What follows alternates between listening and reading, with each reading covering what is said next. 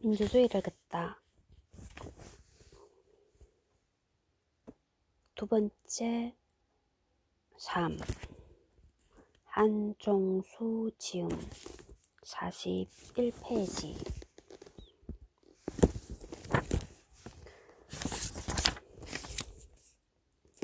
(457페이지) 이 책과 함께한 사람들: 김규직, 정경숙, 장인숙, 남명진, 신진영, 김원식, 김재석, 조성훈, 윤봉수, 최종호, 부금이, 김현선, 박영기, 최전, 박홍진, 이희종.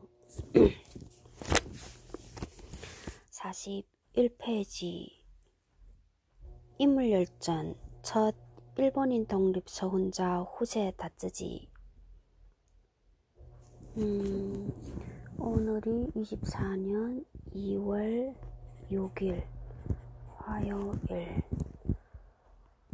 1시 13시 15분 학교 집에서 후세 다쓰지. 보자. 1880년 후세 다쓰지不师承制 후세 다쓰지. 후세가不师인가? 후세 다쓰지는 미야기현 동부 이시노마키에서 시주엔에서 태어났다. 미야기 공청시엔. 1902년 메이지 법률학교를 졸업하고 이듬해 판사, 검사 등용시험에 합격했지만 사회주의자로서 판사의 길을 포기하고 사회주의자네. 변호사의 길을 걷게 된다. 경술국치 이듬해인 1911년 조선의 의병운동을 다룬 논문 조선 독립운동에 대하여 경의를 포함을 발표하여 일본 경찰의 취조를 받은 뒤부터 조선의 독립운동과 조선인의 인권을 보호하는 데 앞장섰다.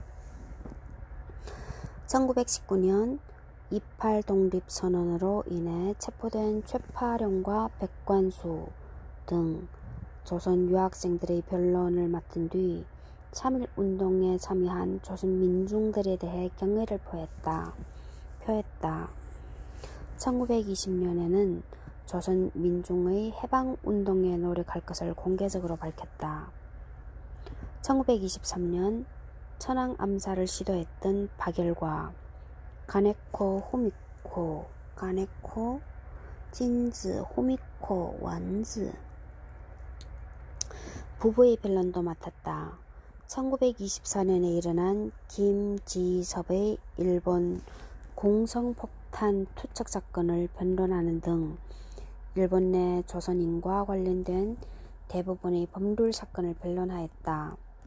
1923년 관동 대학살 때는 조선인 학살에 대한 사죄와 책임을 통감한다는 내용의 사죄문을 작성해 동아일보와 조선일보에 우송하였다. 1923년, 1926년, 1927년 세 차례에 걸쳐 한국을 방문하여 의열단원 김시현,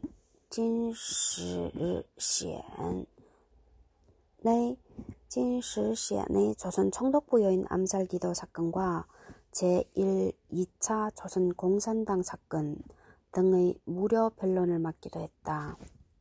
이로 인해 1930년대에만 3번이나 변호사 자격을 박탈당하였고 2번이나 투옥되었다. 광복 후에도 한신, 반선, 이거 뭐가?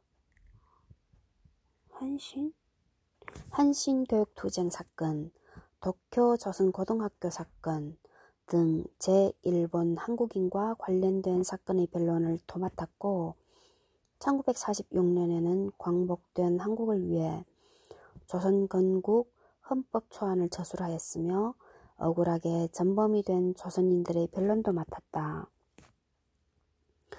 또한 박열의 전기, 운명의 승리자 박열을 저술하기도 했다. 후세 다쯔지, 부시 천지의 장례 10대 제1조선인이 낭독한 조사에도 나오듯이 후세는 우리 조선인에게 있어 정말로 아버지와 형 같은 존재였던 것이다. 후세는 자신의 좌우명이자 묘비명이었던 살아야 한다면 민중과 함께, 죽어야 한다면 민중을 위해를 이 세상을 떠날 때까지 실천한 사람이었다. 후세, 부시 후세가 함께 살고 함께 죽고자 했던 민중, 그 중에서도 제1조선인은 항상 큰 자리를 차지하고 있었던 것이다. 일본인 최초로 2004년 건국 훈장 애족장이 수여되었는데 그가 변론을 맡았던 가네코 후미코는 찐즈원즈는 사후 92년 만인 2018년 11월 건국 훈장 애국장을 수여받아 두 번째 일본인 독립 서훈자가 되었다. 2002년 2월 29일 3.1절 기념 프로그램으로 MBC에서 일본인 쉰들러 후세 다츠지가 방송되었다. 2010년 8월에는 조선을 위해 일생을 바친 후세 다츠지란 제목의 전기가 출간되었다. 2017년 개봉된 영화 박열에서도 비중 있는 조연으로 등장한다. 그의 무덤은 도쿄 이케부쿠로 츠다이 이케부쿠로 조자이시 장자이스에 있다.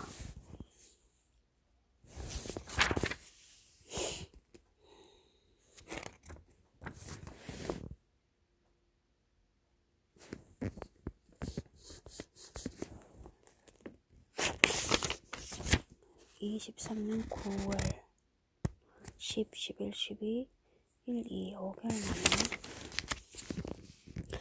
43페이지 가회동 손병희의 집터 민족대표 33인이 처음 서로 얼굴을 마주한 곳.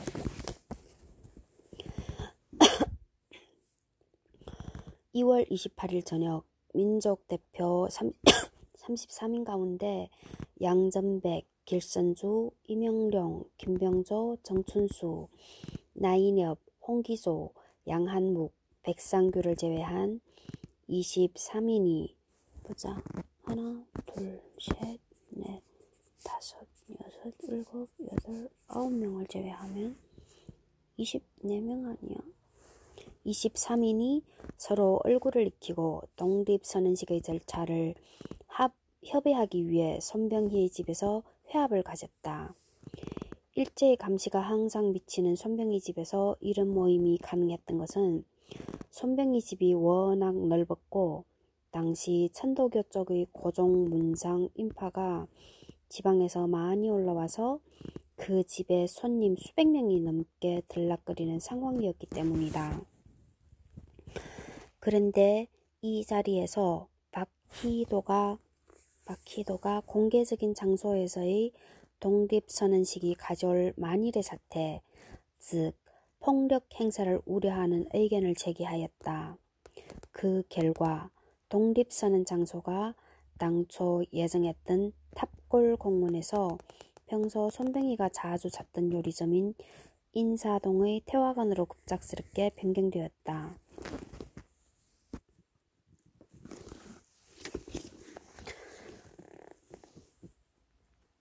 43페이지 조선의학회에터 조선의학회는 각 학교에서 조선어를 가르치던 주시경,周时징 1876년부터 1914년의 제자들이 1921년 조선의 정확한 법리를 연구할 목적으로 설립한 조선어 연구회의 후신이다. 조선어 연구회는 주로 한글 철자법을 연구하였고 동인지 한글을 중심으로 활동하였다.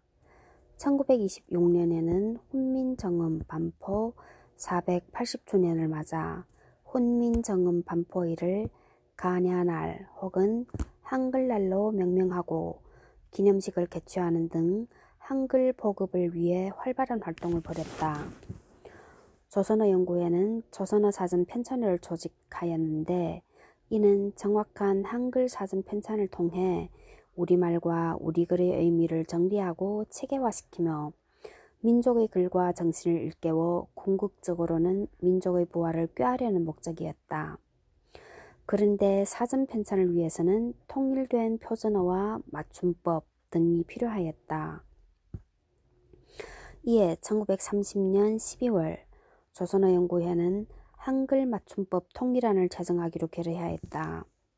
그리고 1931년 1월 조선어연구회를 조선어문의 연구와 통일을 위한 기관인 조선의학회로 개편하여 더 적극적으로 한글 사전 편찬 사업을 추진하였다. 조선의학회는 1933년 한글 맞춤법 통일안을 시작으로 조선어 표준어 사정안, 외래어 표기법 통일안을 차례로 확정하였다.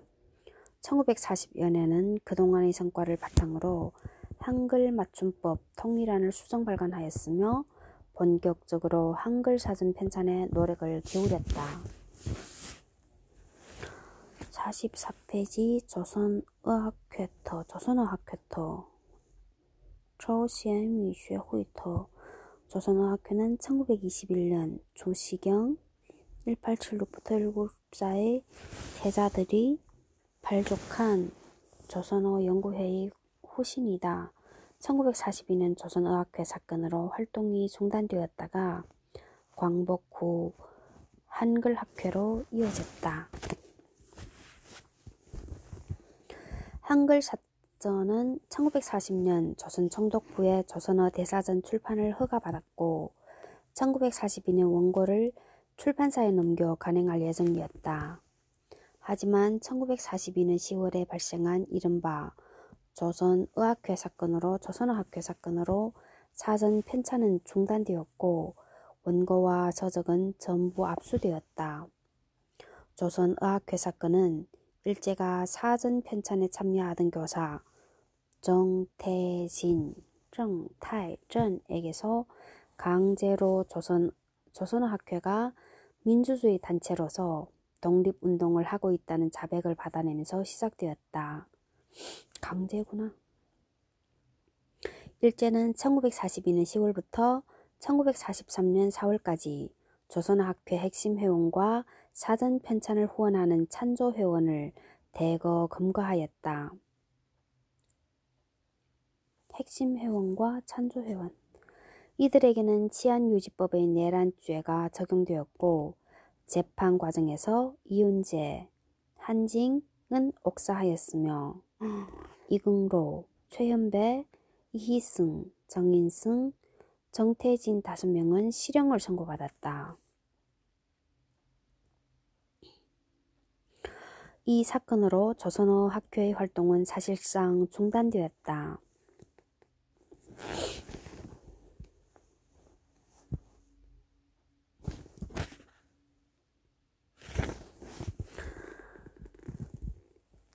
또한 최연배, 김승기 등 주요 교수진을 잃은 연희 전문은 큰 타격을 입었고 결국은 일시적이었지만 폐교까지 당하고 말았다. 이 때문인지 연희 전문의 후신 연세대학에는 일문학과가 없다. 해방 후 석방된 회원들은 학회를 재건하고 한글날 행사를 부활시켰다. 그리고 일제의 단합으로 결실을 맺지 못한 한글 사전 편찬은 1945년 10월 서울역 창고에서 압수되었던 사전 원고를 되찾으며 다시 추진되었다. 이 사건은 2018년 개봉한 영화 말모이로 세상에 다시 알려졌다. 조선어학회는 1947년 한글날을 기해 조선말 큰사전 1권을 간행하였으며 이후 1957년 6권 발간을 마지막으로 한글 사전 편찬을 마무리하였다. 조선어 학회의 한글 운동은 일제에 맞선 문화적 민족 운동인 동시에 사상적 독립 운동이기도 했다. 46페이지 옛 천도교 중앙총부터 현 덕성여중 옛 천도교 중앙총부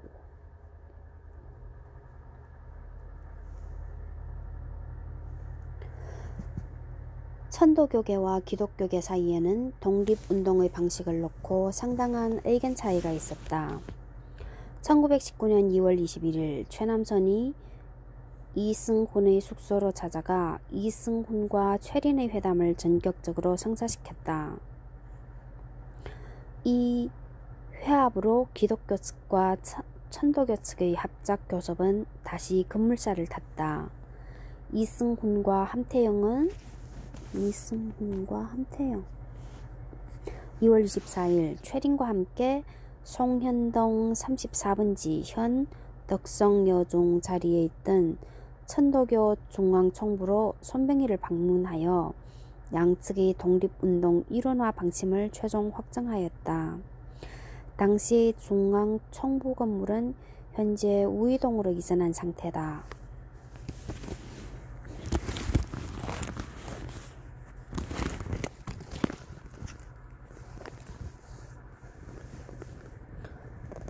우이동 중앙총부 건물 뒤에는 북한산을 배경으로 한 봉황각이 멋들어지게 서 있으며 손병희 선생의 묘역도 가까운 곳에 있다. 봉황각은 손병희 선생이 교역자 양성을 위해 1912년 6월에 세웠는데 3년간 493명이 배출되었다. 전국에 퍼져 있던 이 교역자들은 3.1혁명의 최전선에서 맹렬하게 활동하였다. 47페이지 봉황각은 건물도 멋지지만 배경은 더 훌륭하다. 거기에다 역사까지 깃든 공간이니 더욱 가볼 만한 곳이다.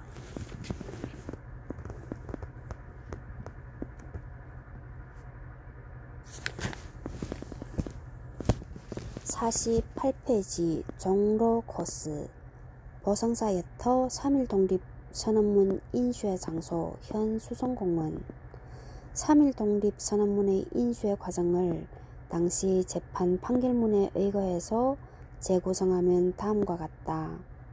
최남선은 자신이 직접 경영하는 인쇄소인 신문관 직공에게 활자를 짜게 해서 완성한 활자판을 최린의 집으로 보냈다. 최남선이 최린의 집으로 보냈다. 보성사 사장 이종일은 공장 감독 김홍규에게 지시를 내려 그것을 가져오게 했다.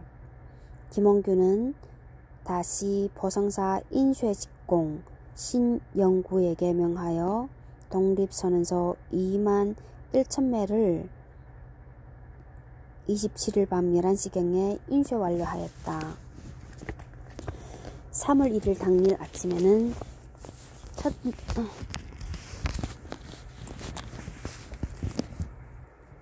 천도교 월보 편집인인 이종린이 편집한 독립신문이 보성사에서 인쇄되어 오후 2시에 파고다 공원에서 배포되기도 했다. 이 독립신문 인쇄도 이종일이 김홍규에게 지시해서 이루어진 것이다. 이 터에는 현재 작지만 수송공원이 조성되어 있으며 선생의 동상도 건립되어 있다. 옥파 선생 동상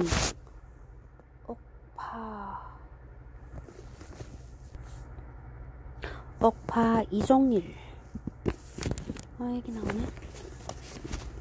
49페이지 1919년 불에 탄 보성사의 모습 인물열전 독립선언서를 인쇄 배포한 이종일 선생 이종일 1858년부터 1925년까지 42, 67 선생은 3.1운동 민족대표 33인의 한 사람으로 고향은 서산이네. 본관은 성주, 호는 옥파, 도호는 천연자이다. 15세에 상경하여 15세면 1873년 한학을 공부했으며 김윤식, 이도재, 이상재 등으로부터 개화사상을 전수받았다. 1873년 고종 문과에 급제한 뒤 한학을 공부하자마자 급제했다고? 1882년 2월 박영효를 따라 수신사의 일원으로 일본에 다녀왔으며 같은 해 종추원의관中书院 이관에 임명되었던 당대 최고의 엘리트였다. 1894년 보성 보통학교 교장이 되었으며 이후 경성시 내 7개 학교 교장을 역임했다. 1896년 독립협회가 발족되자 여기에 참가하여 활동했고 1898년에는 청년 애국회에 관여하는 한편 2월에는 유영석 등과 함께 대한제국 밀렵회를 조직하고 회장이 되었다. 대한제국 밀렵회는 독립협회가 해산되면서 그 이념과 사상을 계승했으며 주말마다 실학사상, 동학사상, 동학교리 등을 강의하였다. 러시아 세력의 침투 배격과 이권 허수어를 주제로 만민공동회가 열리자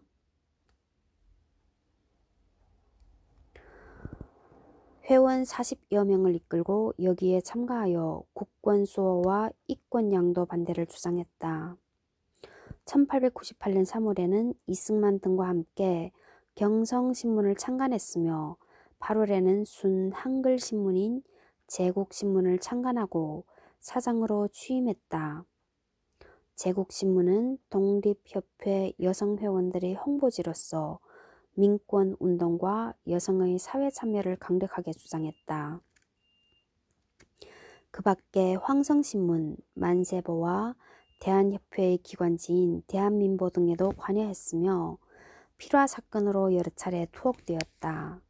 1905년 12월 최항래의 권유로 천도교에 입교했는데 손병희와는 이미 1898년부터 긴밀한 관계를 맺고 있었다. 천도교 입교 후에도 천도교회 월보의 월보과장 겸 천도교 직영임시소인 보성사 사장으로 계몽활동을 계속했으며 이때에도 순 한글로 논설을 썼다. 1906년 9월 대한자강회에 가입하여 평의원으로 계몽운동을 하다가 이 회가 일제에 의해 강제 해산되자 1907년 그 후신으로 조직된 대한협회에서는 회보의 편집과 발행을 담당했으며 기호흥학회, 지호싱쉐회에서도 활동했다.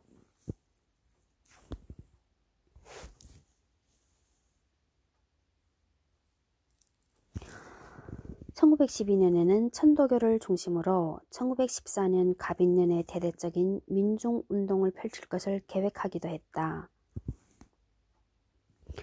1919년 3.1운동의 민족대표 33인의 한 사람으로서 보성사에서 독립선언서를 인쇄 배포했으며 천도교의 지하신문인 조선독립신문을 창간했다.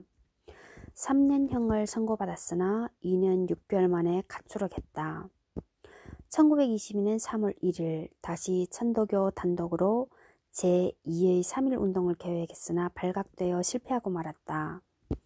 이후 조선 국문연구회朝鲜国文研究会회장으로 한글 맞춤법을 연구하는 한편 3년간 한국 독립 비사를 집필했으나 일본 경찰에게 압수되었다. 1925년 8월 31일 단식으로 일제 항거하다가 순국하였다.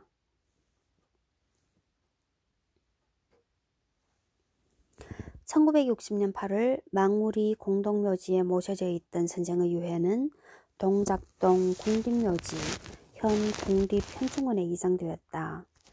태안의 생가는 복원되었으며 동상도 세워졌다. 1962년에 건국훈장 대통령장이 수서되었다. 이종일 선생님의 생가는 충남 태안군 원북면. 51페이지 옛 조선중앙일보사 현 농협종로 금융센터. 종로구 우정공로 38번지에는 여운형이 사장으로 있던 조선중앙일보의 사옥이 지금도 건재하다. 특권층 비리보도와 반일적 보도로 유명했으며 스포츠를 좋아하는 여운형의 영향 때문에 국내 최초로 스포츠맨을 내기도 했다. 당시 동아일보, 조선일보와 함께 조선의 3대 일간지였던 조선중앙일보는 유명한 송기성 선수의 일장기 말소 사건을 동아일보와 함께하다가 폐간되고 말았다.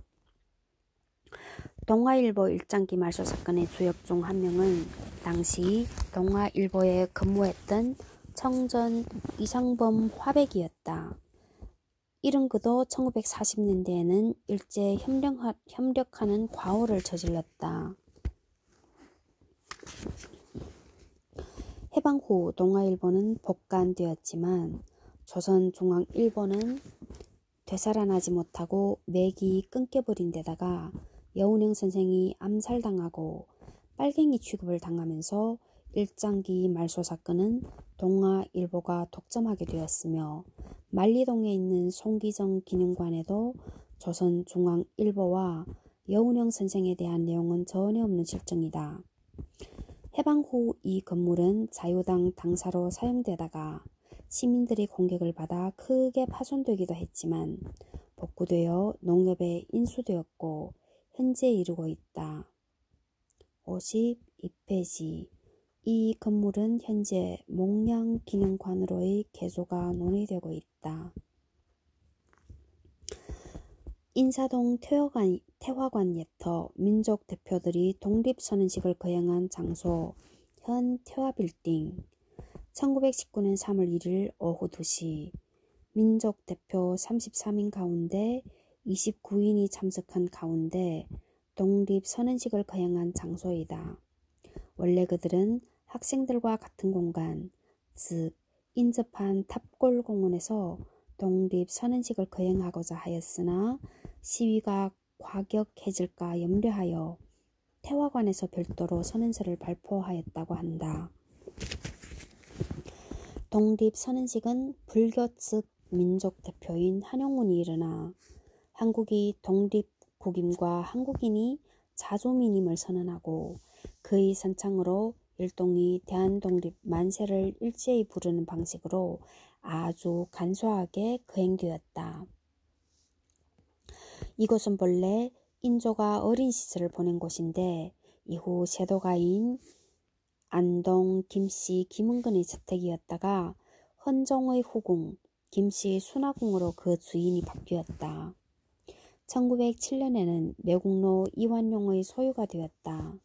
이완용은 이곳에서 5년간 살다가 요릿집 명월관에 빌려주면서 명월관 지점이 되었다. 그럼 1912년에 태화관은 명월관 지점으로 3.1혁명을 맞았는데 민족 대표들이 이 장소를 선택한 이유는 두 가지가 있다. 하나는 매국노들이 모였던 장소에서 독립을 선언함으로써 1910년 8월의 국치를 상징적으로나마 무효화하려는 것이었고 또 하나는 일제의 감시를 어느 정도 피할 수 있다는 실리적인 이유였다. 3.1혁명 이후 이완용은 이 건물을 감리교단에 팔았고 감리교는 1921년 태화여자관으로 개조했다가 다시 1938년에 그 건물을 헐고 그 자리에 태화기독교 사회관이라는 3층 석조 건물을 1939년 7월에 준공하였다. 하지만 이 건물도 1979년 8월 재개발 열풍에 흘려버리고 말았다. 지금 태화관 자리에는 3.1 독립선언 유적비가 서 있고 1층 로비에는 커다란 기록화가 걸려 있으며 최근에 산뜻한 3.1 독립선언 광장이 조성되었지만 이 장소가 주는 역사성을 느낄 수 있는 유적은 없다.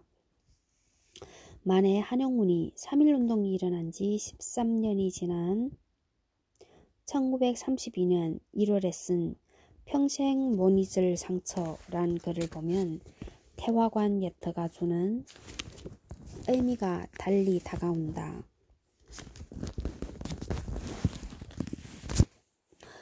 지금은 벌써 옛날 이야기로 돌아갔습니다마는 기미운동이 폭발할 때 온 장안은 대한독립 만세 소리로 요란하고 인심은 물 끓듯 할 때 우리는 지금의 태화관에서 독립선언 연설을 하다가 경찰부에 포위되어 한쪽에서는 연설을 계속하고 한쪽에서는 체포되어 자동차로 호송되어 가게 되었다.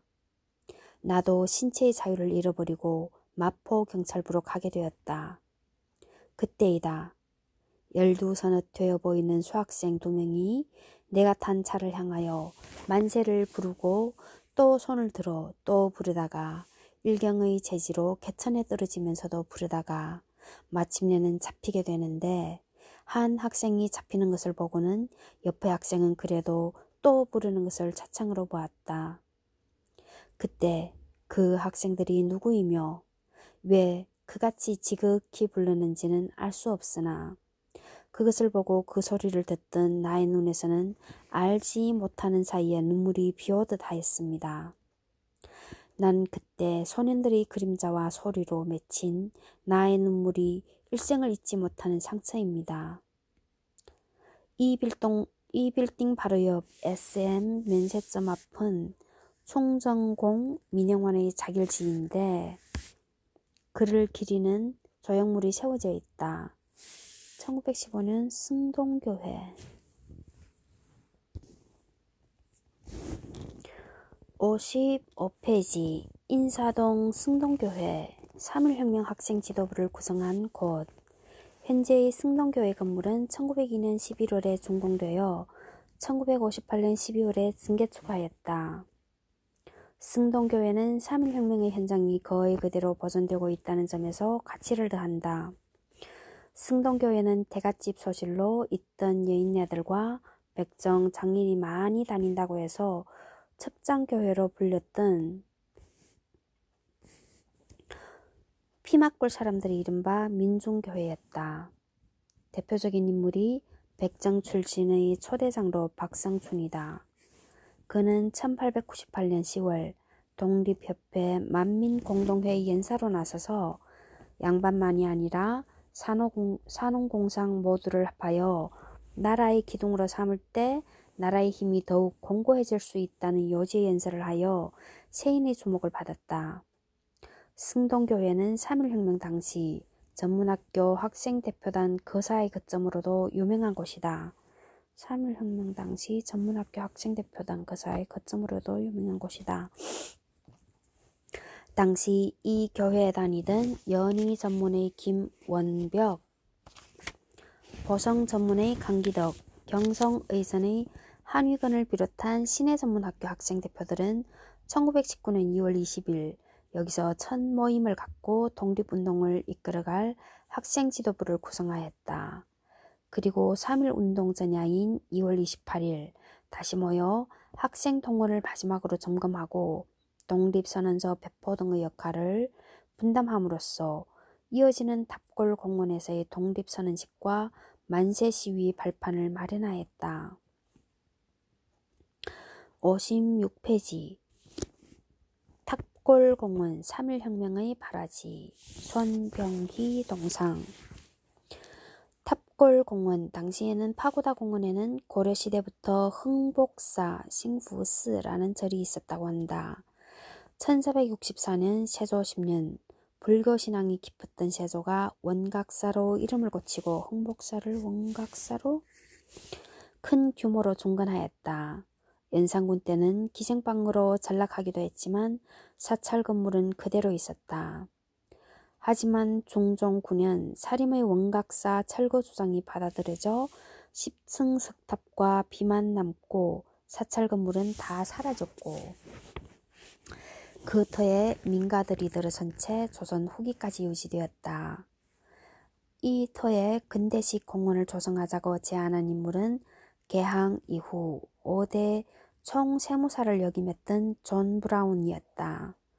1897년 고종이 러시아 영사관에서 경운궁으로 돌아오면서 공원으로 조성한 것으로 추정된다.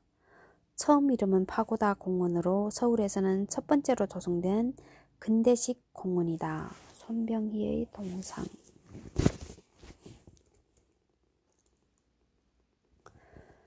1910년 강제 합병 이후 일제는 이 자리에 정자, 의자, 화단, 연못, 산책길, 전등, 수도 등을 설치했다. 이 공원이 우리 역사에 의미가 있게 된 것은 3.1 독립선언식 거행 장소이기 때문이다. 이날 새벽 이미 독립선언식을 예고하는 전단이 집집마다 뿌려졌고 주요한 장소에는 벽보가 나붙었으며 지하신문인 조선 독립신문 창간호가 독립선언서와 함께 배달되었다. 학생대표 강기덕, 김원벽, 한위근 3인은 태화관에 가서 민족 대표들을 모셔오고자 하였으나 뜻을 이루지 못하였다. 왜 뜻을 이루지 못하였지?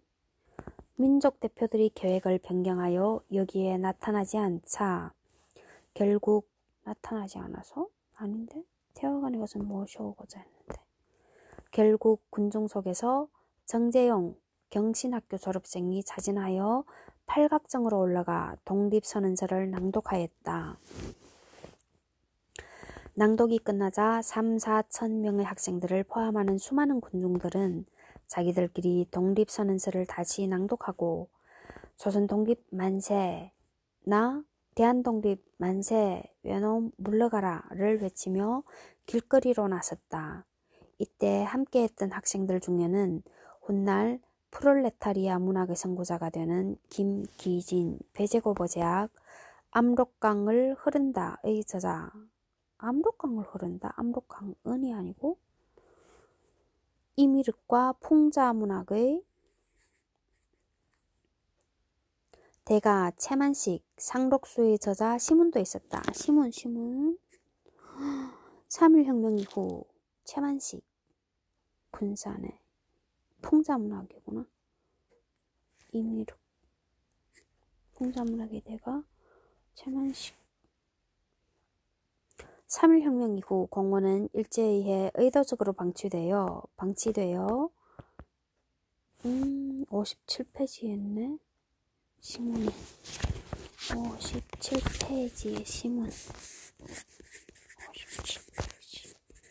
시문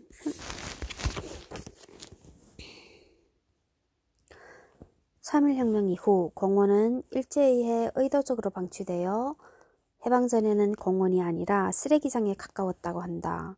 유명한 팔각정은 대한제국을 선포한 장소인 황궁우, 즉 원구단을 모방한 것인데 팔각형은 하늘을 상징하는 원과 땅을 상징하는 사각 사이의 도형으로 하늘과 땅을 잇는 상징물이었다. 따라서 중국 황제를 사대하는 조선시대에는 지을 수 없는 건물이었고 대한제국을 선포한 이후에나 건설이 가능했다. 이런 팔각정에서 대한제국 멸망 후 10년 만에 일반 시민들이 올라 독립선언서를 낭독하였다는 것은 단순히 일제로부터의 독립뿐 아니라 한국인 개개인이 직접 하늘과 소통하는 정치적 주체로 발돋움하겠다는 행동이기도 했다. 즉, 그 자체가 혁명적 요소를 지니고 있었던 셈이다. 또한 당시 지식인들과 민중들이 독립을 요구하지 않고 선언했다는 것도 아주 중요하다.